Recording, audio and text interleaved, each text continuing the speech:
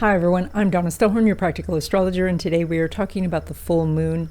It's on June 11, it's at 20 degrees of Sagittarius, and it is making a square to the north node and a square to the south node, which means that we're all at a crossroads, and we need to make a choice.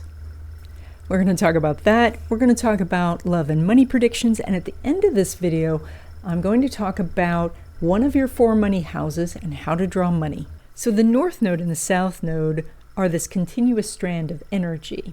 The south node represents your past lives, and what you need to release so that you can move forward. The north node represents where you're heading, and if you head in that direction, you find success and happiness. But the temptation is to stay in the south node because it's familiar, and for a while it will feel safe and certain. But over time, this energy just disintegrates and you're left with nothing.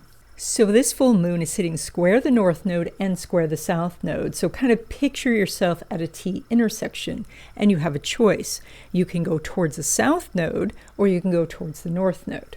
Now the south node is in Virgo, so that means that it represents the patterns that you know, the routines you know, the schedule that you know. And so that's like making the same breakfast every morning. It's driving the same route to work, talking to the same people, that, so that it does, again, feel somewhat safe and comfortable, but it's not going to help you grow. It's not going to help you achieve your goals. Now, the north node is in Pisces, and Pisces is this force for creation. So if you think of Aries as being the first sign, Pisces is right before that. So Pisces is the idea or the vision that you have that then things get created out of. And so Pisces is this more holistic view of things. It goes beyond like making a living, and it's about living well. It goes beyond how you describe yourself, and the groups that you belong to, and all the little identifications, and it reminds you that you're part of the universe. And being part of the universe means you can tap into the abundance that's there. So you're at this crossroads now with a choice of exploring something new and investigating that idea and seeing if you can take this vision and turn it into reality. Or you can choose the south node, which is doing the same things you've done before and being in that same routine and stuck in those chores and those endless tasks. Now, that's not to say that laundry doesn't need to get done and dishes don't need to be washed. Those things do need to happen, but this is where you don't make it your entire existence, that you carve out a little bit of time, even just a few minutes a day, so that you can work on the things that are going to bring you real happiness. So this is full moon energy. So it is the busiest time of the whole lunar cycle. And so you're busier now than even usual, which is saying a lot. But you want to stop for a moment and just picture what you want for future cycles. You want to think about maybe what you want to get going on the new moon in a couple of weeks. And if you would like to know what's ahead for you in 2025 and 2026, I do readings. These are live readings by Zoom where we go through your chart and your questions. You can record this session. And so there is a link in the description that gives you more information. Okay, Leo, this full moon it's in a harmonious sign, it's in a harmonious area of your chart. It really talks about how through your self-expression, and that might be your art or your music or whatever it is that you do to express yourself, that energy is coming forth in a very positive way. Now, the south node is sitting in the area that says, oh, I don't have these abilities and I don't have the resources and I can't do it. And it has this, feeling of lack. Or you can choose the north node that says, I may not have the cash or the guitar or something like that, but I know people who know people who know people. And so I can tap into the resources that are around me and get everything that I need. And so shifting to that abundance mindset is the way to go. So now when it comes to relationships, like your partnership or new love or new friendship, this full moon is lighting up one of your relationship houses. So that is extremely good. So there's no aspect, though, going on between Sun and Uranus. So there's a little bit like you're distracted, you're not paying attention, and maybe the person's chasing after you to get to know you, but your head is elsewhere. And so that's something to keep in mind during this time. Like maybe that you have an invitation in your inbox and you haven't opened it, you haven't seen it.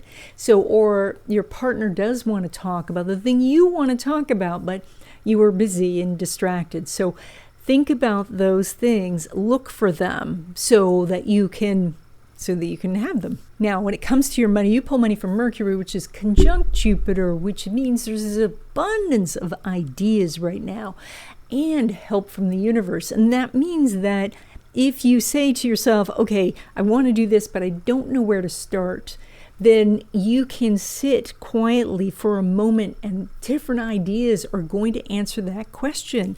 Or go take a walk in nature and listen to the trees and the breeze and the birds, and you're going to get some ideas. The amount of help that you're getting from the spiritual right now is huge, and you want to tap into that. Now, when it comes to money from business or from investments, Mercury's making a square to Neptune, which means that as you take action, you win. But action is absolutely necessary. That means if there is a mistake on your statement, you need to call your broker. If there is a product that needs to be launched or something going on with your business, it needs to be addressed. You need to take the action, and then you have the win. Now, when it comes to money from your career, so that would be a paycheck, Mercury's conjunct Jupiter. That is one of the best placements you're going to get. And so you want to tap into this energy, especially if you've already started talking about getting a raise, if you've already applied for a new job, negotiate with them for a higher salary. This is the time to really grab this opportunity. Welcome to the third section of this video, where I'm going to make a couple of announcements, and then we're going to talk about one of your 4 money houses and how to draw money to you. The new month wishes class is on June 1st. It's at 12 p.m. Pacific time. And now there is a much easier way to register for this class. So just click on the link in the description to register. This is a free class where we talk about the astrological happenings for the month, and then we write our wishes together, and then we energize them together in a short meditation. I know this date and time doesn't work for everyone, but if you can't come but you're interested, sign up anyway, because you will get information about how to write your wishes for the month. Also, if you like astrology and you love black cats, then you're going to love my newsletter. It's an illustrated guide for the happenings of the week, and it's free to sign up. There's a link in the description. Also, I have some videos coming out that are more about the world perspective for some of these major aspects that are happening. These are videos that are members only, and so if you would like to join and become a member, that would be fantastic. It's only $2.99 a month, and there is going to be these exclusive videos, also instructional videos. These videos go into astrology more deeply. And so if you're interested in this, there is a join button by the subscribe button. So let's talk about finding the hidden money in your chart. You have 4 money houses in your chart: the 2nd house, 5th house, 8th house, and 11th house. And you may have planets in some of these houses. You may have planets in all of these houses. You may have planets in none of these houses. That doesn't matter, because sometimes planets can bring some benefits, but sometimes they can bring some real challenges. So the most important thing is to work with the energies. So when you're looking at your chart, the line that sits between the 1st house and the 2nd house is called the 2nd house cusp. Now, I use a house system called Placidus, and there are about 20 house systems out there. This one that I use is probably the most popular one used by modern astrologers, and I think it gives you most accurate information. And so when you're running your chart, if you're using one of those free apps, set the house system to Placidus. That's going to give you the most information about your money. So your second house cusp, that line between the first house and the second house, has a sign at the end of it, so on the outer part of the wheel. And that sign is quite important. Now, I've been going out and doing some teaching lately, and I've seen people using apps that don't have the sign printed at the end of the cusp. And so if that's the case with your chart, you have to go to the list that it gives you. Hopefully it gives you a list. And if it doesn't, or if you're not sure, you can send me an email and I will send you a copy of your chart. There's a link in the description. So that sign on the second house cusp actually shows you how you handle money, and the ruler of that sign shows you where you are pulling money from. But let's first focus on the sign itself and how you handle money. If you have Aries on the second house, you want to make your money quickly, you want to make your own money, and any sort of obstacle can frustrate you.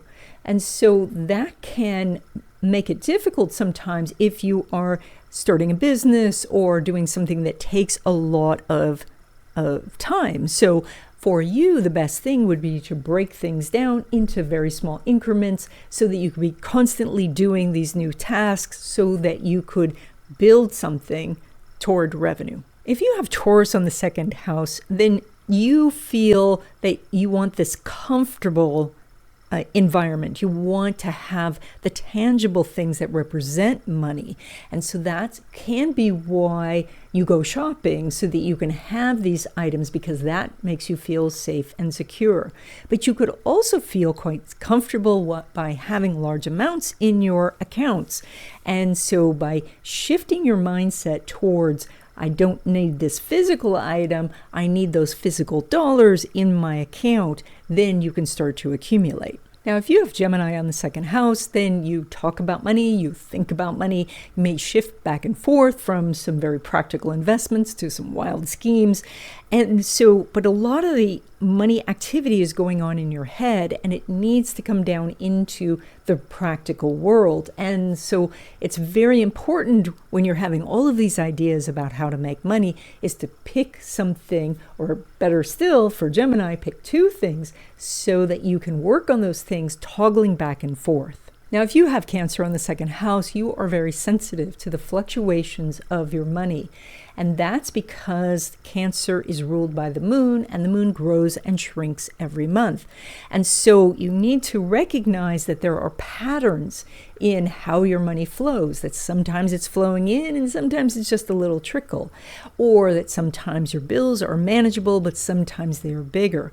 And as you recognize the cycles of things, then you get into the flow and money can come in and you can feel more comfortable.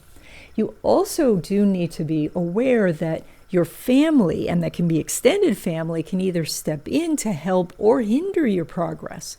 And so you want to make sure that you're allowing family to help, but also creating some boundaries if your family is hindering your progress. Now, if you have Leo in the second house, then you have this sort of identity tied up with money. And that means that as you're creative, as you express yourself, more money can come in. Now, it's actually that money is one of your talents. So now it's also true, though, that with Leo in the second house, that you like to make a grand display. And so you're more likely to buy friends presents or to be lavishly giving gifts to family members. So you're quite generous, and that's wonderful, but it's also, you want to make sure that you have enough before you start giving it all away. But the bottom line here is that using your creative talents, you can bring in the money. Now, if you have Virgo in the second house, you're quite careful with your money. You are looking at the dollars as well as the pennies, and that's good. Of course, you want to be aware that how much the other things can cost you. So you don't want to drive clear across town to save a few pennies on gas, because obviously. So you also are quite good at keeping track of money. And as you do, more money comes. As you pay attention to your investments, as you open your statements and look through these things, you will find that you have more and more money growing. Now, if you have Libra on the second house, sometimes you're more interested in the balance of things, and that could be work-life balance or the balance of, somebody gives you something, so you want to give them something. And so you're more interested in fairness than actually making the money. And so if money is very important to you, or if you're really needing it, you're going to have to skew that balance until you in your mind see it as balanced. And sometimes that's just looking at things differently. When you think of how much somebody else might be making versus yourself, then perhaps some balance is achieved. So this is also with Libra, you could tend to maybe skimp on some of the necessities so that you can buy the things that you really want. If you have Scorpio on the second house, then you're very interested in money, and you probably want to do some sort of investing or create some passive income. It is likely that you have some hidden money that you keep for emergencies, maybe something that your spouse doesn't even know about. And you also have the hopes that you can make a lump sum of money or have a big win. If you have Sagittarius there, you can be a little cavalier about your money and money management. It's the Sagittarius gives you some luck, but because you have luck, it sometimes doesn't give you the push to go make more. It's like you were a little bit short for rent, but then you reach in your pocket, you find $100 and rent is made, versus you saying, okay, I have all of these skills and intelligence and cleverness, I could go make more money. But why, when luck just seems to happen? If you have Capricorn on the second house, you work hard for your money, and money seems to come in slowly. It feels like it comes in small amounts until one day you look around and you have much more than everyone else around you.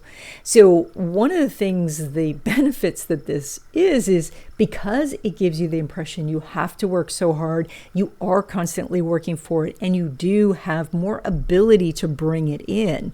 So, but it can feel like it's drudgery. And so it's necessary for you to go in and every once in a while and make sure that you know that you are doing well, that you are, that money is coming in on a regular basis and that it is accumulating. Now, if you have Aquarius on the second house, then money can come in unexpectedly, or that money can go out unexpectedly. So this is that your income will fluctuate or your expenses will fluctuate. So if you have a job where there's some sort of commission or bonus structure, or you have a side business so that sometimes it's up and sometimes it's down, it's very harmonious with that Aquarius energy. If you're on a fixed income or you get a regular paycheck, then your bills can fluctuate, and it's very necessary that you have some sort of sinking fund. With Aquarius on the second house also, you tend to make what your peers make. And so if you want to make more money, you find richer friends. So if you have Pisces on the second house, then you have one of two directions you're going to go. You either are hyper-focused on money or you ignore money. And so this is that, and so money can flow in and it flows out, and money can slip through your fingers. And this is changed by recognizing any spiritual blocks that you have towards money. If you're angry with money, if you feel frustrated, if you can shift that to become in harmony with the energy of money, then money can flow in. And that's done through spiritual means, things like prayer, meditation, journaling, affirmations. And that's something we'll talk about in future videos. Now, there is much more to know about your money houses, and if you would like all of this information, I have a video course called Finding the Hidden Money in Your Chart. There is a link in the description. And that's it. I hope you enjoyed this video. If you haven't already, please subscribe, join if you want to become a member, sign up for the newsletter, and I will see you in the next video.